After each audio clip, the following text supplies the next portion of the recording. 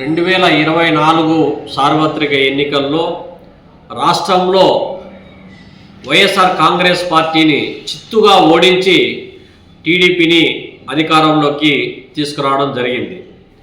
ఇందులో ఎన్నికల ముందు చేసిన వాగ్దానాలను విస్మరించి అధికారంలోకి రాగానే land, sand, mine, wine mafia కనుసన్నల్లో వైసీపీ సాగించినటువంటి దోపిడీ ఏదైతే ఉందో, దోపిడీతో పాటు ప్రశ్నించేటువంటి వాళ్ళపైన, ఉద్యమాలు చేసేటువంటి వాళ్ళపైన, హక్కుల కోసం అడిగినటువంటి వాళ్ళపైన పోలీసులను ఉసిగొల్పి పోలీసులను, అధికారులను వైసీపీ కార్యకర్తల కంటే అధ్వానంగా వినియోగించినటువంటి వైసీపీ యొక్క అరాచకత్వానికి చరమగీతం పాడడం ఇవాళ జరిగింది.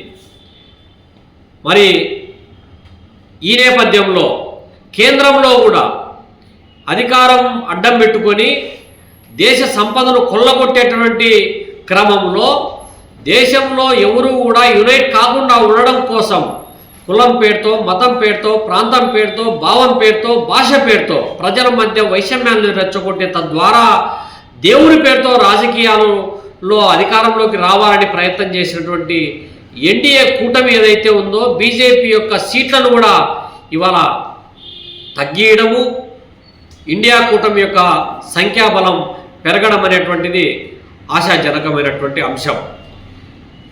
అదేవిధంగా ఇవాళ కేంద్రంలో ఏర్పాటయ్యేటువంటి ప్రభుత్వంలో ఇవాళ స్వతహాగా బీజేపీకి సీట్ల సంఖ్య 240 అయితే ఈ ప్రాంతీయ పార్టీల యొక్క అవసరం ఇవాళ బీజేపీకి ఏర్పడింది.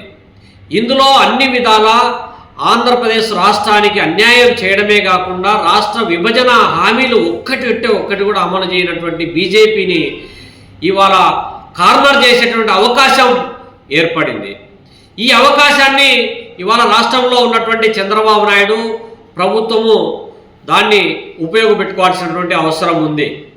ఇవాళ ఇండియా కూటమి అధికారంలోకి వస్తే కాంగ్రెస్ పార్టీ ప్రకటించినటువంటి విభజన హామీలు, ప్రత్యేక హోదా, రాయలసీమకు ప్రత్యేక ప్యాకేజీ, లేకపోతే అమరావతి నిర్మాణము, లేకపోతే పోలవరం నిర్మాణము, కడపలో ఉక్కు పరిశ్రమ, ఇవన్నీ కూడా అమలు చేస్తామని చెప్పి ఏదైతే చెప్పిందో అవన్నీ కూడా అమలు చేయడానికి ఆస్కారం ఉంది. పైగా బీజేపీ అనుసరించేటటువంటి ఫెడరల్ స్ఫూర్తికి విరుద్ధంగా మతతత్వ రాజకీయాలను మట్టి కనిపించేటువంటి అవకాశం కూడా ఇవాళ ఏర్పడింది. దేశ అవసరాల కోసము, రాష్ట్ర ప్రయోజనాల కోసం ఇవాళ ఆలోచన చేయాల్సినటువంటి బాధ్యత ఇవాళ చంద్రబాబు నాయుడు ప్రభుత్వం పైన ఉంది. అదేవిధంగా మన రాష్ట్రంలోనే ఏదైతే జగన్మోహన్ రెడ్డి అనుసరించినటువంటి విధానాల పైన ఇవాళ మరణ శాసనం చేశారో, రాజకీయ సమాధి కట్టారో, ఆ క్రమంలోనే ఇవాళ జగన్మోహన్ రెడ్డి అనుసరించినటువంటి విధానాలపైన చంద్రబాబు నాయుడు ప్రభుత్వం కూడా ఉక్కుపాదం మోపాల్సినటువంటి అవసరం ఉంది. రాష్ట్రంలో అభివృద్ధి, సంక్షేమం అనేటువంటిది 2 పాదాలపైన నడిపించాల్సినటువంటి బాధ్యతను గుర్తించాల్సినటువంటి అవసరం కూడా ఇవాళ ఉంది.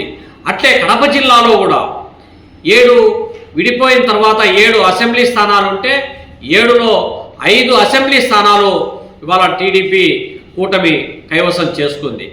ఈ క్రమంలో గుర్తించాల్సినటువంటి అంశం ఏమంటే, ఇంత మెజారిటీ ఇచ్చినటువంటి ఈ ప్రజలకు సంబంధించినటువంటి కడపలో అనేక సమస్యలు ఇవాళ ఉన్నాయి, అనేక హామీలు ఇవాళ ఉన్నాయి.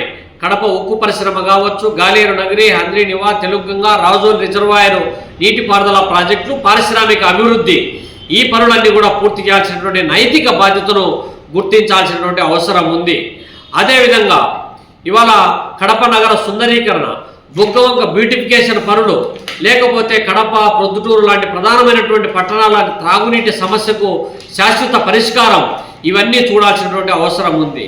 అట్లే అధికారాన్ని అడ్డం పెట్టుకొని ఇవాళ వైసీపీ నాయకులు ఇవాళ పొద్దుటూరులో ఎమ్మెల్యే సాగించినటువంటి భూ అక్రమాలు, కమలాపురం ఎమ్మెల్యే సాగించినటువంటి భూ అక్రమాలు, కడప ఎమ్మెల్యే సాగించినటువంటి భూ అక్రమాలు ఏవైతే ఉన్నాయో, ఎవరైతే భూమిని ఆక్రమించుకొని అమ్ముకొని సొమ్ము చేసుకున్నటువంటి ఎమ్మెల్యేలు ఎవరైతే ఉన్నారో జిల్లాలో, వాళ్ళందరినీ కూడా చిత్తుగా ఓడించినటువంటి జిల్లా ప్రజానీకాన్ని మరోసారి అభినందనలు తెలియజేస్తా ఉన్నాం. అంటే ఇవాళ అధికారాన్ని అడ్డం పెట్టుకుని ఎవరైతే భూములు వేలకు వేల ఎకరాలు ఆక్రమించుకొని అమ్ముకొని సొమ్ము చేసుకుంటా ఉన్నారో, విలువైనటువంటి ప్రభుత్వ వంక, వాగు, చెరువు, రస్తా, అసైన్డ్, దేవాలయ, ఈనాం భూములు ఏవైతే ఆక్రమించుకొని అమ్ముకొని సొమ్ము చేసుకున్నటువంటి వాళ్ళు ఎవరైతే ఉన్నారో అవన్నీ కూడా ఇవాళ విచారణ జరిపించాలా. ఎవరైతే పేదలు అర్హులైనటువంటి వాళ్ళు ఉన్నారో వాళ్ళందరికీ కూడా దక్కలు పరచాల్సినటువంటి అవసరం ఉంది. ప్రజలకు ఒక భరోసా, ఒక భద్రతను కల్పించాల్సినటువంటి బాధ్యతను కూడా ఇవాళ పాలక ప్రభుత్వం పైన ఉంది. స్వతహాగా గతంలో అనేక సందర్భాలలో గెలిచిన సందర్భాలలో ఉన్నాయి. చంద్రబాబు నాయుడు రాయలసీమను పట్టించుకోడు, రాయలసీమ సమస్యలను పట్టించుకోడు, కడప జిల్లాను అసలు పట్టించుకోడని ఇంత మెజారిటీ ఇచ్చినటువంటి రాయలసీమ, కడప జిల్లా ప్రజల యొక్క రాయలసీమ సమస్యల పట్ల సమగ్రంగా ఆలోచన చేయాల్సినటువంటి అవసరం ఉంది. ఈ అవకాశాన్ని అందిపుచ్చుకొని సమగ్రంగా అభివృద్ధి చేయాల్సినటువంటి బాధ్యతను గుర్తించాలని చెప్పి భారత కమ్యూనిస్ట్ పార్టీ కోరుతా ఉంది. ఆ వైపు ఉద్యమ కార్యాచరణను కూడా ప్రకటిస్తామని చెప్పి తెలియజేస్తా ఉన్నాం.